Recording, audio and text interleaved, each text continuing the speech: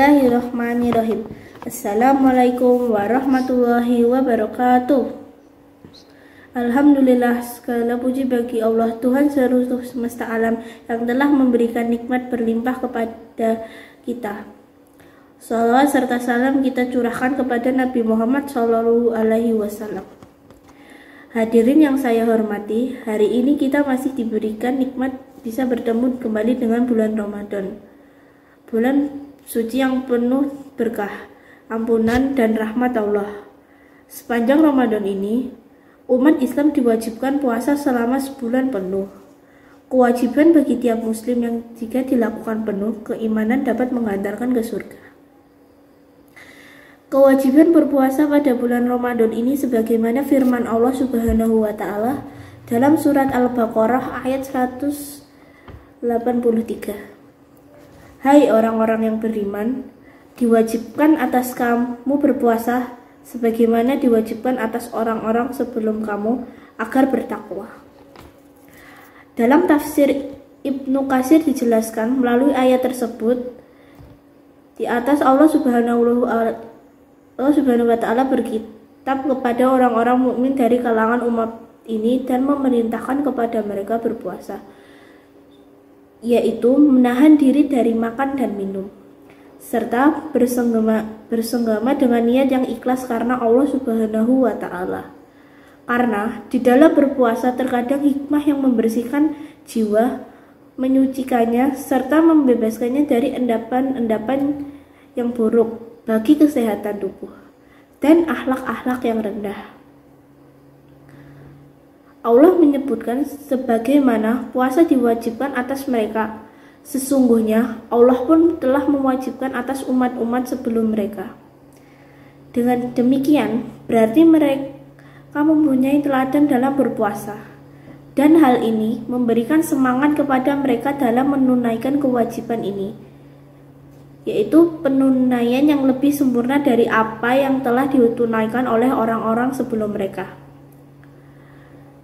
Syekh Al-Maraghi di dalam kitab tafsirnya seperti diterangkan Ustadz Syahid Mahathir dalam bukunya, bekal Ramadan dan Idul Fitri dari puasa itu adalah hadirnya sifat takwa dalam diri seorang muslim, karena puasa membiasakan seorang muslim untuk takut kepada Allah dalam kondisi sembunyi maupun ramai.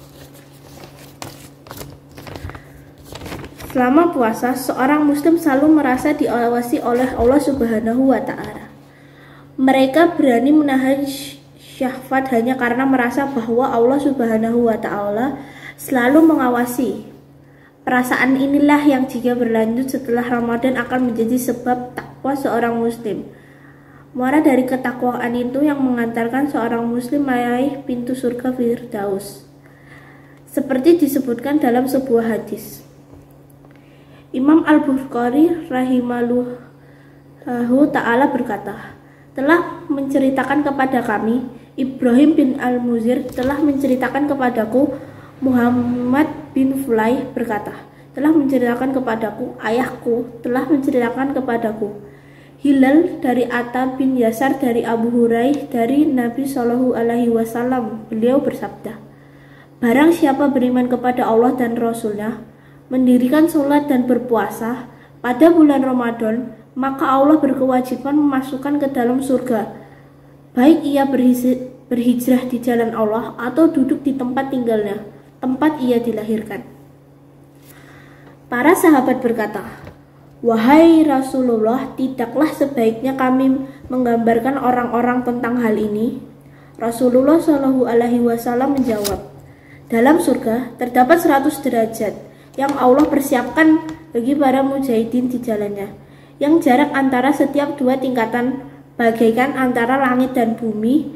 Maka jika kalian meminta Allah, mintalah surga Firdaus, sebab Firdaus adalah surga yang paling tengah dan paling tinggi.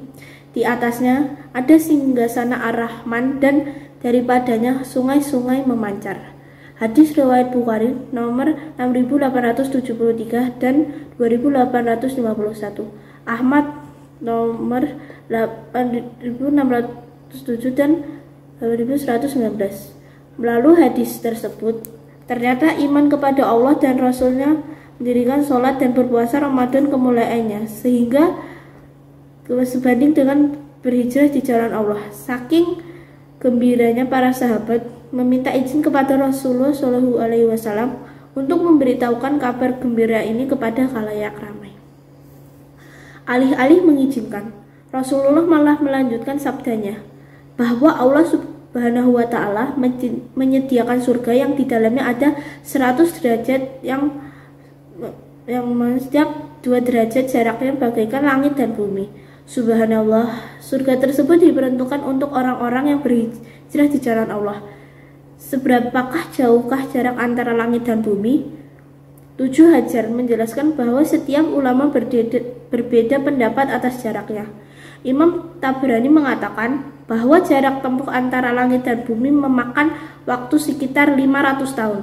Subhanallah, Rasulullah juga menganjurkan kita agar berdoa memperoleh Firdaus, surga yang paling baik dan paling tinggi. Di atas Firdauslah singgah sana Allah Ar-Rahman berada. Di bawah singgah sana tersebutlah memancar sungai-sungai yang mengaliri semua surga. Mau surga? Maksimalkanlah iman kita, sholat kita, dan puasa Ramadan kita. Semoga kita semua bertemu di surga Firdaus. Amin.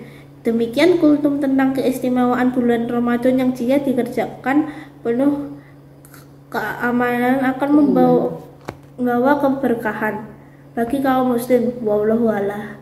Sekian kultum dari saya.